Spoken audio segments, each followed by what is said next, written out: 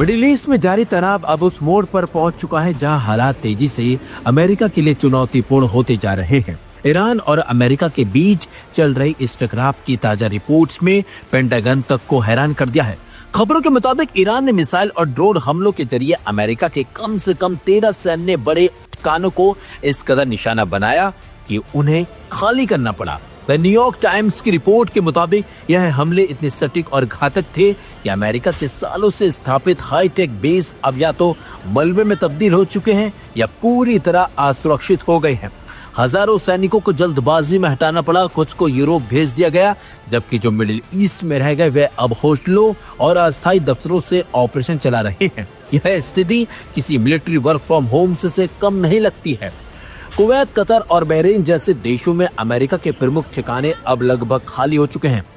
Kuwait के port शुआइबा और अली अल Salim airbase पर हुए हमलों ने रणनीतिक ढांचे को बुरी तरह प्रभावित किया है, जिसमें 6 अमेरिकी सैनिकों की मौत हो गई। वहीं कतर के अल उदीद एयरबेस का रडार सिस्टम भी क्षतिग्रस्त बताया जा रहा है। इस हालात ने अमेरिकी सैन्य क्षमता पर बड़ा सवाल भी खड़ा कर दिया है। क्या एक होटल या सामान्य इमारत से वही ताकत हासिल की जा सकती है जो एक फुल फ्लैश्ड सैन्य अड्डे से मिलती है? रक्षा विशेषज्ञों का कहना है कि अस्थायी कंट्रोल रूम तो बनाए जा सकते हैं, लेकिन उनमें वो सुरक्षा तकनीक और निगरानी क्षमता नहीं होती जो स्थायी बेस में होती है। इसी बीच अमेरिकी रक्षा मंत्री पीट हेगसेथ ने दावा किया है कि इन चुनौतियों के बावजूद अमेरिका के हमले और तेज हुए हैं और अब तक ईरान के हजारों ठिकानों को निशाना बनाया जा चुका है, लेकिन जमीनी हकीकत कुछ और ही कहानी बयां कर रही है। स्थिति की गंभीरता का अंदाजा इसी बात से लगाया जा सकता है कि सैटेलाइट इमेजिंग कंपनियों ने भी इलाके की ताजा तस्वीरें जारी करने पर रोक लगा दी है ताकि अमेरिकी सैनिकों की लोकेशन लीक न हो सके। वहीं ईरान के रिवॉल्यूशनरी गार्ड्स ने स्थानीय लोगों से अमेरिकी सैनिकों की जानकारी देने की अपील की है, जिससे खतरा और बढ़ गया है। ईरान के विदेश मंत्री सैयद अब्बास अरागची ने अमेरिका पर आरोप लगाया है कि अमेरिका नागरिक इलाकों में छिपकर आम लोगों को ह्यूमन शील्ड की तरह इस्तेमाल कर रहा है। उन्होंने खाली देशों के होटलों से भी अपील की है कि वे अमेरिकी सैनिकों को ठहरने की अनुमति न दें। इन सबके बीच डोनाल्ड ट्रंप और उनका प्रशासन अब दबाव में नजर आ रहा है। सवाल उठ रहे हैं कि क्या अमेरिका ने ईरान की प्रतिक्रिया को हल्के में लिया? जंग से पहले ना तो नागरिकों को चेतावनी दरअसल दी गई और न ही समय रहते रणनीति बदली गई। आज हालात ये है कि अमेरिका को अपने बनाए मजबूत ठिकाने छोड़कर अस्थायी ठिकानों से जंग लड़नी पड़ रही है। ये सिर्फ रणनीतिक नहीं बल्कि मानसिक झटका भी है। मिडिल ईस्ट में 27 दिनों से जारी संघर्ष में ईरान लगातार अमेरिका पर दबाव बना रहा है और अब सबकी नजर इस बात पर जा टिकी है कि अमेरिका इस रिमोट वॉर में कैसे जवाब देता है।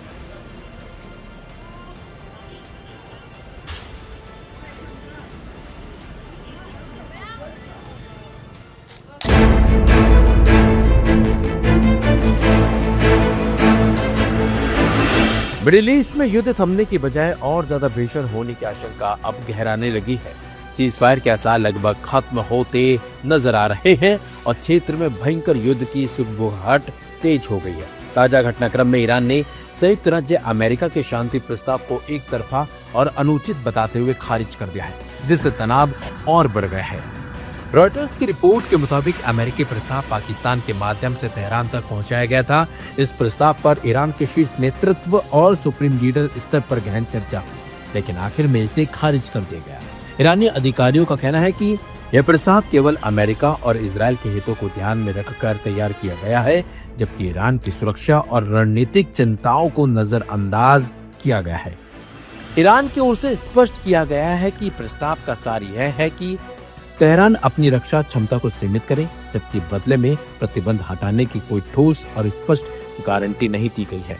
अधिकारियों के मुताबिक यह किसी भी सफल समझौते के लिए आवश्यक न्यूनतम शर्तों को भी पूरा नहीं करता। यही वजह है कि ईरान ने इसे सिरे से खारिज कर दिया। हालांकि बढ़ते तनाव के बीच ईरान ने यह भी संकेत दिया है कि कूटनीति का रास्ता पूरी तरह बंद नहीं हुआ। ईरान का कहना है कि अगर वॉशिंगटन यथार्थवादी दृष्टिकोण अपनाता है और जमीनी हकीकत को ध्यान में रखते हुए नया प्रस्ताव लाता है तो बातचीत की संभावना अभी भी बनी हुई है।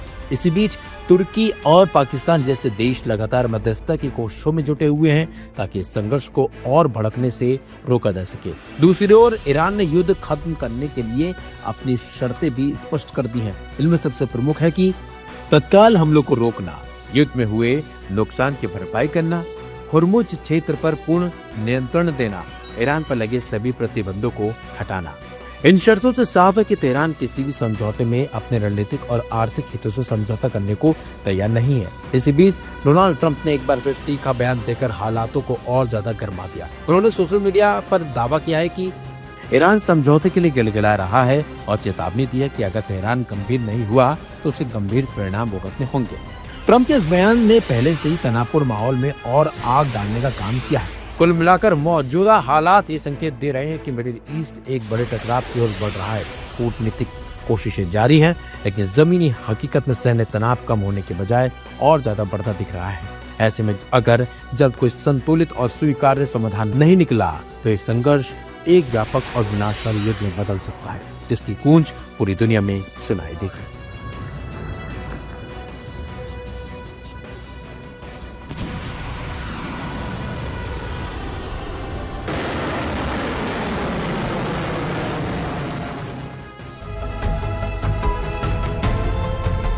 मिडिल ईस्ट इस वक्त सिर्फ युद्ध की खबरों से ही नहीं बल्कि एक नए खतरे से भी जूझ रहा है। मिसाइलों, गोले बारूद और फाइटर जेट्स की गर्जना के बीच अब प्रकृति भी अपना रौद्र रूप दिखाने को तैयार है। इसी हफ्ते एक बड़ा और असामान्य तूफान पूरे क्षेत्र को प्रभावित कर सकता है, जिसने पहले से तनावग्रस्त हालात में नई चिंता जोड़ दी है। मौसम विभाग के मुताबिक इस तूफान का असर इजराइल से लेकर कतर और ईरान तक देखने को मिलेगा। हालांकि इस क्षेत्र में समय समय पर तूफान आते रहते हैं, लेकिन इस बार इसकी तीव्रता और व्यापक असर को लेकर विशेष चेतावनी जारी की गई है। बुधवार को लेबनान और इजराइल में भारी बारिश के साथ बड़ी तबाही मचने की आशंका बताई गई है, लेकिन असली असर गुरुवार और शुक्रवार को देखने को मिलेगा। इन 2 दिनों में तूफान और ज्यादा संगठित होकर बड़े क्षेत्र में फैल जाएगा। इसका असर सीरिया से लेकर पूरे अरब प्रायद्वीप तक महसूस किया जाएगा। खास तौर पर सऊदी अरब, कुवैत, संयुक्त अरब अमीरात और ईरान में इसका असर सबसे ज्यादा रहेगा। इस दौरान तेज आंधी, गरज चमक के साथ भारी बारिश, ओलावृष्टि और 7 मील प्रति घंटे से ज्यादा रफ्तार की हवाएं चल सकती हैं। कुछ इलाकों में छोटे बवंडर का खतरा भी जताया गया है। कई जगहों पर 1 इंच या उससे ज्यादा बारिश होने की संभावना है, जिससे फ्लैश फ्लड जैसी स्थिति बन सकती है। खास तौर पर दुबई और अबू धाबी जैसे शहरों में बाढ़ का खतरा बढ़ गया है, क्योंकि यहाँ सामान्यतः बहुत कम बारिश होती है।